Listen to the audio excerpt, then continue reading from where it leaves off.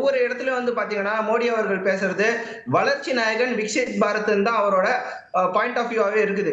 2047 தான் நான் ஃபோக்கஸ் பண்றேன் அப்படின்றதுதான் விக்சித் பாரத்ன்றதுதான் அவரோட முழக்கமாகவே இருக்கிறது.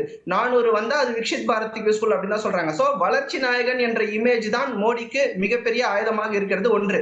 ரெண்டாவது, இந்த ஜாதி மதம் இந்த பரம்பரை சொத்து இந்த பாயிண்ட் எல்லாம் காங்கிரஸா எடுத்து கொடுக்குற ஒரு இதுவா தான் நான் பாக்குறேன். ஒரு சர்க்காஸ்டிக்கா சொல்லணும்னா தனுஷ் படத்துல ஒரு டைலாக் வரும், நான் எல்லாம் பாயசம் கிடைச்சாலே பாயசம் மாதிரி தின்னுவேன், என்கிட்ட பாயசமே கொடுத்தீங்கன்னு. அந்த மாதிரிதான் மோடி வந்து டீல் பண்றாரு. சாதாரணமாவே எதிர்கட்சிகளுக்கு வந்து மோடி அப்படின்ற ஒரு பிராண்ட் எதிர்க்கிறது பிரச்சனையாக இருக்கும். இந்த சமயத்துல அவங்களா வாலண்டரியா வந்து இந்த மாதிரி கருத்துக்களை சொல்லும் போது, இந்த மாதிரி பாயிண்ட்ஸ் வந்து மோடிக்கு எடுத்து கொடுக்கும் போது அது மிகப்பெரிய. ஒரே நிமிஷம் இதுக்கு மட்டும் சார், முத கேட்டதுதான் சந்திரசேகரன் சார். அப்ப வாலண்டியரா எடுத்து கொடுக்குறாங்களா காங்கிரஸ்? இல்ல, இவங்க எடுக்கிறாங்க, இவங்களுக்கு இஷ்யூ இல்லங்க. நீங்க கொடுக்கிறதுனால தானே எடுக்க முடியும். நீங்க பேச விக்ரானத பத்தி பேசல.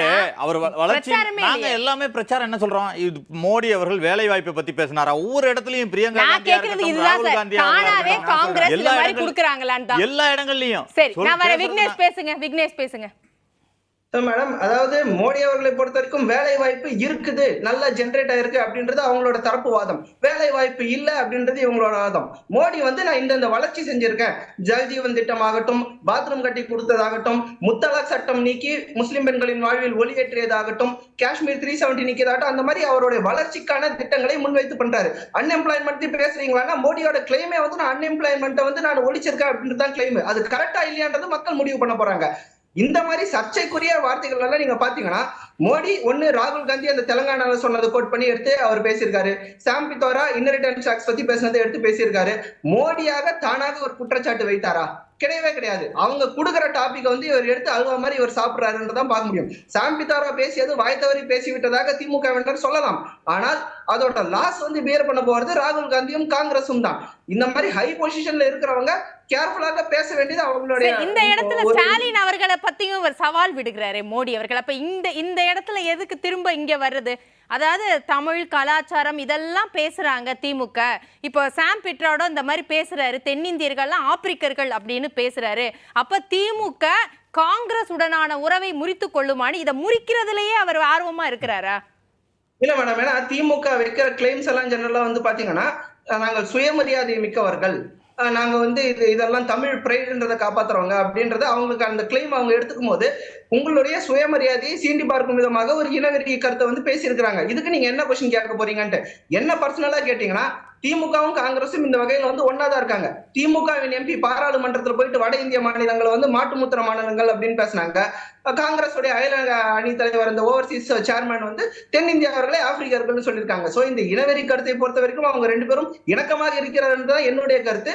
மோடி வந்து ஸ்டாலினுக்கு ஒரு கொஸ்டினா வைக்கிறாரு, நீங்க தான் இவ்வளவு சுயமரியாதையை பற்றி பேசுவீர்களே, உங்கள் சுயமரியாதையை இவங்க வந்து கிண்டல் செஞ்சிருக்காங்க. இந்த மாதிரி அது ஒரு ஆப்பிரிக்கா அப்படின்ற மாதிரி சொல்லி இருக்காங்க. அது வந்து பெருமைப்படுத்தும் விதமாக நிச்சயமாக. ஒரு நிமிஷம் இல்ல, காங்கிரஸையும் திமுகவையும் இதுல சொல்றாரு. நான் அப்படின்னா இன்னொரு கருத்து சொல்லாம, பிரஜ்வல் ரேவண்ணா பெண்களை பற்றி குறிப்பிட்ட செய்ததும் பாஜக பெண்களை பயன்படுத்துவதும் ரெண்டும் ஒரே தான். அந்த இணக்கம் தான் அங்க கூட்டணி ஆணிச்சான்னு கேள்வி.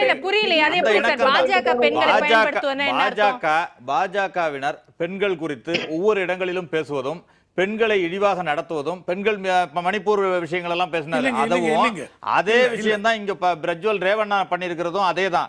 இரண்டு கட்சிகளுக்கும் இணக்கம் அதனாலதான் வந்துச்சான்னு தெரியல எனக்கு. பற்றி பேசியதற்கு விக்னேஷ் செல்வராஜ் விளக்கம் கொடுக்க தேவையில்லை.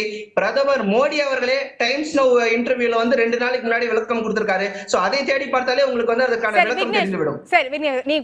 இவங்க ஆரம்பத்துல இவர் சொன்னது இந்த முஸ்லீம்களுக்கு இவங்க பாகுபாடு பண்றாங்கன்னு. இப்ப காங்கிரஸ் ரீசெண்டா இப்ப யூபிஎல்ல எங்கேயோ இப்ப நாமினேஷன் ஃபைல் பண்றச்ச ஒரு சீட்டு கூட முஸ்லீம்ஸுக்கு கொடுக்கவில்லை. இவங்க முஸ்லீம்ஸ் மேலே இந்த அளவுக்கு ஆர்வம் அவங்களை மேலே கொண்டு வரணும், ரொம்ப அருமையான ஒரு இதுதான்.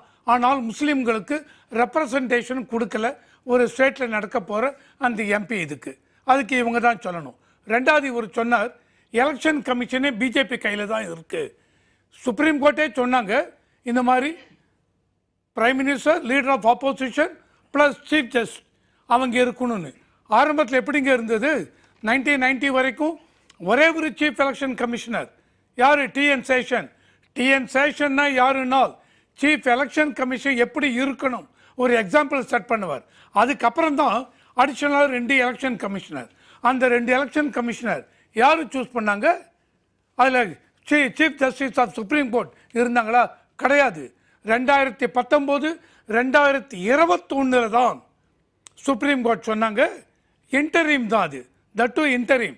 அதாவது prime minister, leader of opposition, then chief justice இருக்கணும் அது அந்த சமயத்துக்கு. அதுக்கப்புறம் என்ன பண்ணாங்க? பார்லிமெண்ட்டில் இவங்க மசோதா கொண்டு வந்தாங்க, பாஸ் பண்ணியாச்சு.